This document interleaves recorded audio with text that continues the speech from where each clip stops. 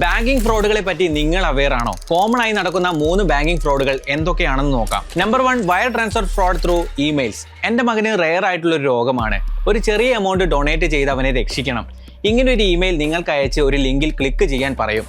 ഈ ലിങ്ക് മറ്റൊരു വെബ്സൈറ്റിലേക്കോ social media പ്ലാറ്റ്ഫോമിലേക്കോ പോയി നിങ്ങളുടെ ബാങ്ക് ലോഗിൻ ഡീറ്റെയിൽസ് എൻ്റർ ചെയ്യാൻ പറയുകയും അതുവഴി പണം തട്ടുകയും ചെയ്യും. അതുകൊണ്ട് അറിയാത്തതും അൺവേരിഫൈഡ് ആയ ലിങ്കുകളിൽ ഒരിക്കലും ക്ലിക്ക് ചെയ്യാതിരിക്കുക. Number 2, fraud through KYC.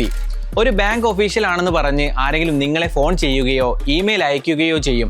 നിങ്ങളുടെ KYC ഡോക്യുമെന്റ്സ് ഇൻകംപ്ലീറ്റ് ആയതുകൊണ്ട് ബാങ്ക് അക്കൗണ്ട് ബ്ലോക്ക് ചെയ്യുമെന്നും ഫൈൻ അടയ്ക്കേണ്ടി വരുമെന്നും പറഞ്ഞ് പേടിപ്പിക്കും. അതിനുശേഷം pan number, Aadhaar number, OTP പോലുള്ള ഇൻഫോർമേഷൻ നിങ്ങളോട് ചോദിച്ച് ബാങ്ക് അക്കൗണ്ട് ആക്സസ് ചെയ്യുകയും പണം തട്ടുകയും ചെയ്യും.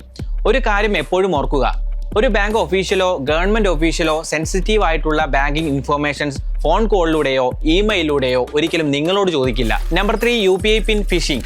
ഒരു പേയ്മെന്റ് ലിങ്ക് നിങ്ങൾക്ക് SMS ആയി അയക്കും.